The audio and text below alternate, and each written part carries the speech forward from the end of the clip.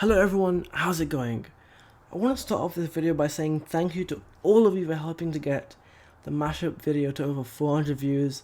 It's insane how quickly that happened, and I'm really happy that the overall feedback I got was pretty much all positive and all constructive. Anyway, in today's video I'm going to be reviewing Aquaman. I've been overlooked, slept on, stepped on, left for dead, always against all odds like Pac said. I'm the living great Gatsby, but these boys will watch you quick and disappear like Banksy.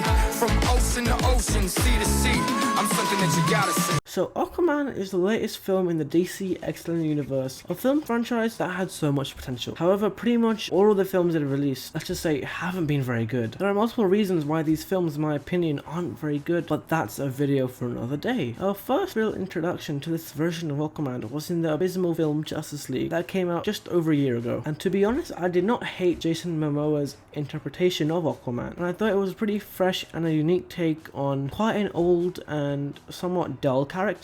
And to be honest, Aquaman was one of the better parts of Justice League. However, there's a scene in Justice League where Aquaman goes underwater and meets Mera, and that scene was an awful scene, and it was just terrible. And honestly, after that scene, I was not interested in the Aquaman film. However, I heard James Wan was going to direct, and my interest was somewhat piqued. And after having seen the film, I am very disappointed in it. The amount of potential this film had was insane.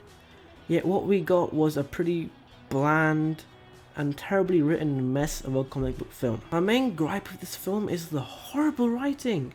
The dialogue is a cheesy pile of trash that had me rolling my eyes for half the film and laughing at how bad it was the other half. Every line of dialogue felt so unnatural and over the top.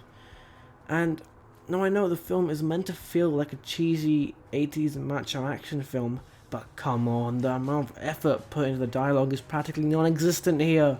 Films like Thor Ragnarok and Guardians of the Galaxy 1 and 2 prove to us that a goofy superhero film with an 80s vibe can be done, and can be done very well.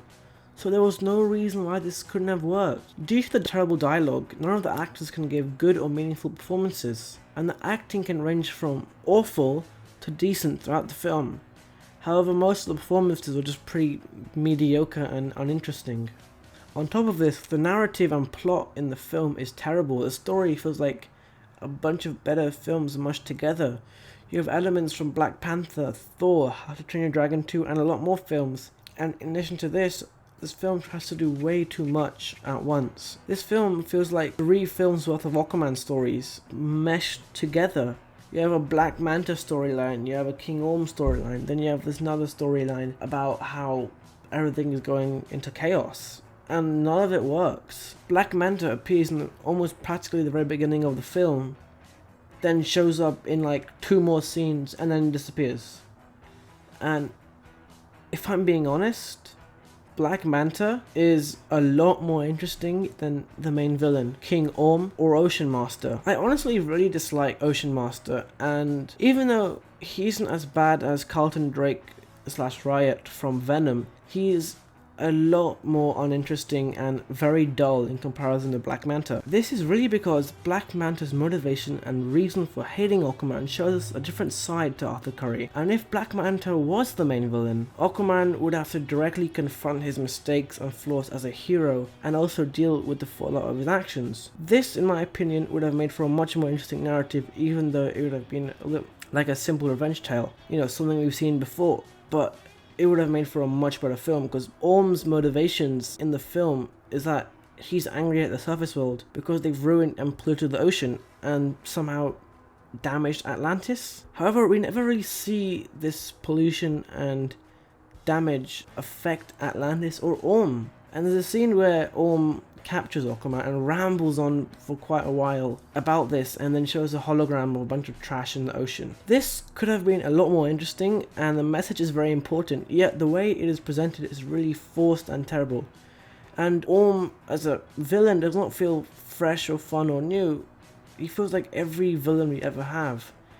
All he does is just stand there and shout and threaten people. Patrick Wilson does an alright job at this. However, his talents could have been better utilized if the script was better. The film's humor, in my opinion, is cringe-inducingly bad. I was laughing at how bad some of the jokes were, and I only laughed like at 2 jokes, and that was it. The supporting characters were also really mediocre. Volko and Mira were okay, but Black Manta was really underused, and Orm, like I said, was very generic, and Aquaman's parents pretty much were just there. In my opinion, they didn't really add much to the story. The film's visual style is a mixed bag. There are some amazing looking sequences. For example, the scene with the weird trench creatures was really well done, and it had the best visuals in the entire film, and probably the entire DCEU. Other instances of good visuals would be the huge battle scene at the end, where all the different armies attack each other, and the Black Manta fight scene in Italy, maybe a couple of other fight scenes throughout the film. And most of the shots in Atlantis, like wide angle shots of like that show the whole Atlantis, that sort of established Atlantis, look great. However, when we see characters interact in Atlantis, it looks terrible. It looks so bad, and the CGI quality constantly fluctuates throughout the film, and there is some terrible green screen. As well as this, there's the opening sequence that has Aquaman's parents has some of the worst de-aging CGI I've ever seen. The characters look like plastic dolls covered in 20 layers of heavy makeup. However, I'll give credit where credit is due. This is the most interesting looking DCEU film yet. James Wan does a decent job directing, but the foundation of the film, you know, the story and the script and overall narrative is so weak and horribly written, so he can't really direct to his fullest potential. He can't really reach his full potential with this film. However, there are some good action sequences Wan creates. There's a huge one-take fight scene in Italy with Black Manta. The battle sequence, the final battle sequence, where with Aquaman fighting everyone at once, was really interesting. And like I said, the trench sequence and also the submarine fight in the beginning was quite good. However, there are also some really terrible action sequences. The 2 fight sequences between Orm and Aquaman remind me of the fight scene with Killmonger and Black Panther in the very end in the mines, and I guess it sort of evens out. Half the fight scenes in the film are terrible, the other half are quite good, so it's perfectly balanced, you could say.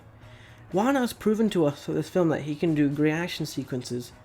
However, the direction in the more intimate and I would say more emotional scenes wasn't as good, and that was mainly because the writing was terrible, but also I personally feel that Wan isn't that great at directing those sort of scenes. And also the acting is, especially in the more emotional scenes, was pretty bad, if I'm being honest. The film's pacing editing was okay, but I found myself really bored really often, and the film dragged on so much. This film probably has the worst comic book film soundtrack ever. The soundtrack is just so abysmal. Never have I seen so many out of place songs in a film ever. There's a scene that opens with a Pitbull cover of Africa. Like, what the hell? That's just a terrible idea. Whose idea was that to have it in that film? Oh my god. The film's background score is mediocre, and a lot of the time it's either way too loud or too quiet, or just isn't needed in the scene. So, in conclusion, even though Aquaman is much better than Justice League and Suicide Squad, it still fails in many ways, and it has the script at points worse than Venom. It has a boring villain, mediocre acting, a lot of bad visuals, bad pacing, an overcrowded story, an awful soundtrack, and a whole line of problems. Even though there are some, redeeming factors, such as Jason Momoa's Aquaman portrayal, some fun action sequences, some good visuals, and some moments of fun to be had. For example, the huge octopus playing the drums in war paint. However, overall, this film really disappointed me, and I probably will not be seeing the sequel in cinemas. So my rating for the film is going to be